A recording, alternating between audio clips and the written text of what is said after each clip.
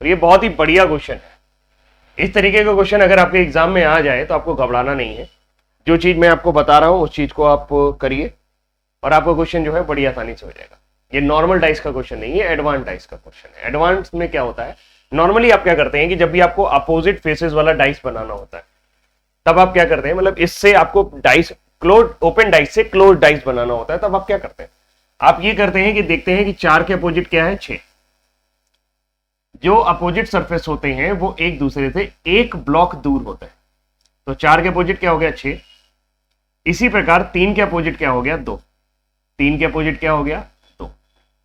और इसी प्रकार 1 के अपोजिट क्या हो गया, 5। ठीक है, बात समझ में आ गई मेरी। हम लोग क्या देखते हैं कि आपका अगर अपोजिट सरफेस अगल बगल नहीं है तो वो डाइस बन जाएगा, यानी 1 के आसपास 5 नहीं आना चाहिए। किसी फिगर में 1 के आसपास 5 नहीं आया है, मतलब ठीक है। 3 के आसपास 2 नहीं आना चाहिए, 3। किसी भी फिगर में 3 के आसपास 2 नहीं आया है। 6 के आसपास 4 नहीं आना चाहिए, 6 के आसपास 4 नहीं आना चाहिए, वो भी किसी फिगर में नहीं आया। नॉर्मल क्वेश्चन होता है वो इस अपोजिट फेस को देख करके हो जाता है। लेकिन अब क्या करें, इसमें नॉर्मल सरफेस तो हो ही नहीं रहा। तब जब आपका अपोजिट से ना हो और आपको लगे कि नहीं इससे नहीं हो रहा है, तो एक ही विकल्प इसमें सही होने की संभावना है और एक ही विकल्प इसमें सही होगा। तो अब आप ओरिएंटेशन देखोगे। ओरिएंटेशन क्या है, ओरिएंटेशन का मतलब यह है कि आप चाहे जहां पे भी चले जाएं। ओरिएंटेशन का मतलब मैं कहता हूं अरेंजमेंट, इसका स्पेशियल अरेंजमेंट। स्पेशियल अरेंजमेंट मतलब कि इसका स्थैतिक विन्यास। स्थैतिक विन्यास का मतलब यह हुआ कि जैसे आप अगर इसको गौर से देखें, इस पॉइंट को, इस पॉइंट में 3 सरफेस जुड़ रही हैं। मैं इसको ऐसे लिख देता हूं ताकि आप समझ पाए। 1 है, 3 है, 4 है। तो अगर आप किसी भी सरफेस से, किसी भी 4 से, चाहे 3 से, चाहे 1 से, आप क्लॉकवाइज अरेंजमेंट बनाए। जैसे 1 से क्लॉकवाइज जाएंगे तो आपको 4 मिलेगा, 4 से आप क्लॉकवाइज जाएंगे तो आपको 3 मिलेगा और 3 के बाद 1 मिलेगा। ये इसका स्पेशल अरेंजमेंट है, यानी 1 से 4, 4 से 3 और 3 से 1। ये इसका क्लॉकवाइज अरेंजमेंट है। आपको जो चित्र दिया हुआ है गौर से देखिए, क्या इसका स्पेशियल, स्पेशियल का मतलब मैं ये बोल रहा हूं स्पेशियल, जो स्थैतिक होता है जिसे बोलते हैं, स्पेशियल अरेंजमेंट क्या इसके साथ मैच कर रहा है? नहीं मैच कर रहा है। इसमें 1 से क्लॉकवाइज चलने पर 3 मिल रहा है, 3 से क्लॉकवाइज चलने पर 4 मिल रहा है और 4 से चलने पर 1 मिल रहा है। यानी ये फिगर किस डाइस का है जिसमें अरेंजमेंट 1, 3, 4 का होगा। हमारा डाइस ऐसा नहीं है, मतलब हम इसे नहीं बना पाएंगे। ये डाइस इससे नहीं बनेगा, ये किसी और डाइस का है। बात समझ में आई? भयंकर कंसेप्ट दे रहा हूं। ये देखिए, इसका अरेंजमेंट चेक करते हैं। इसका अरेंजमेंट है 5 से 6, 6 से 3 और 3 के बाद फिर 5। अगर आप ऐसे अरेंजमेंट लेंगे, यहां पे जाएंगे, यहां पे इसका अरेंजमेंट क्या है, इस पॉइंट के रिस्पेक्ट में कहीं से भी शुरू कर सकते हैं क्योंकि साइक्लिक ऑर्डर है। तो 5 से 2, 2 से 4 और 4 से 5। इसका देखें तो 1 से 4, 4 से 2 और 2 से 1। ये अरेंजमेंट है। तो जिसका अरेंजमेंट हमारे फिगर से मैच कर जाएगा वो डाइस बनेगा। जो अरेंजमेंट हमारे फिगर से मैच नहीं कर रहा है, इसका मतलब वो इधर उधर कहीं रखा हुआ है, वो किसी और डाइस का फिगर है। आइए देखते हैं हमारा अरेंजमेंट किससे मैच कर रहा है। पहले वाले से तो मैच नहीं किया।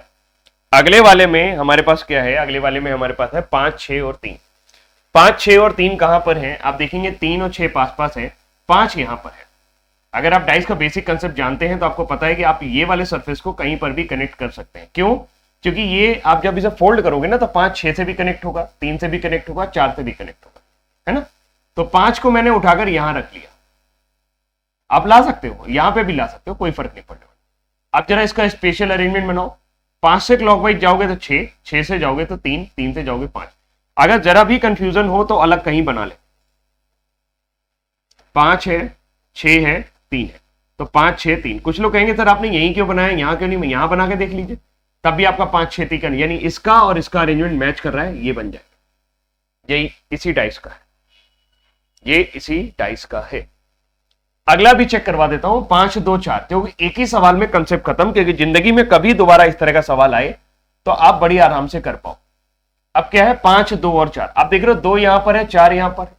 तो आपको पता है ये वाला सरफेस यहां पर जो है वो किससे अटैच होगा, ये वाले सरफेस से अटैच होगा कि नहीं होगा? भाई आप इसको साइक्लिक ऑर्डर में पेश करोगे तो ये ऐसे जुड़ेगा जाके। आपका ये वाला सरफेस इस वाले से जुड़ेगा।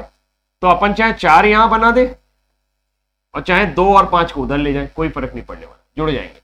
यहां पर अरेंजमेंट क्या आ रहा है, 5 4 2 का आ रहा है। अब देखो 5 है, फिर 4 है, फिर 2 है, क्लॉकवाइज अरेंजमेंट मैंने देखा है।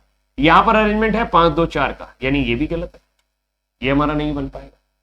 अब एक आखिरी वाला आप चेक करो कि 1 4 2 को आप कैसे चेक करोगे। तो 1 है हमारे पास, 4 है हमारे पास, 2 हमें लाना है। तो आप चाहो तो 2 ऊपर बना दो, 2 को ऊपर बना दिया, 1 को थोड़ा और ऊपर खिसका दिया। ये सरफेस आप इधर उधर खिसका सकते हो। जरा चेक करो यहाँ पे कैसा बन रहा है। आप क्लॉकवाइज चेक करोगे तो 1 से क्लॉकवाइज जाओगे 2, 2 से क्लॉकवाइज 4, 4 से 1। तो आप देख रहे हो ये भी अरेंजमेंट आपका नहीं बन पाए। जब ये सवाल पेपर में आया था तो लोगों ने कहा था कि गलत आ गया, अज्ञानता के कारण गलत ठहरा दिया इसको। ये गलत नहीं है, आपका पेपर में जो सवाल उठाया जा रहा है वो बहुत अच्छी जगह से उठाए जा रहे हैं। तो ये बढ़िया सवाल था। आंसर हमारा क्या हो जाएगा, बी हो जाएगा, करेक्ट है। किसी को डाउट हो तो बताइए। I think clear.